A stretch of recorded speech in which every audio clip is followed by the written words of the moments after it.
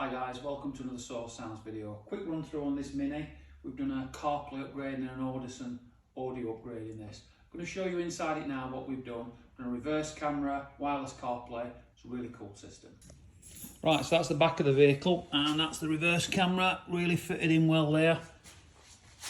Fits lovely. Just show you inside the vehicle now.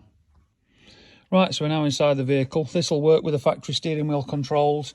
And that's the KENWOOD system that's been fitted. You can see it fits nice in there. Obviously we've had to fit a panel which deletes this, but I'll turn the ignition on, and what you'll also see now, done a really cool mini boot up logo on this KENWOOD screen as well, so it fits in there nice.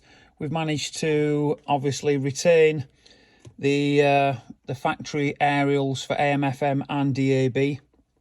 I'll just agree that and just cancel that. So now what you can see with this is obviously this unit has got the Apple CarPlay Android Auto, it's wireless, but then also what we've got is the reverse camera in. So now if I pop it in reverse,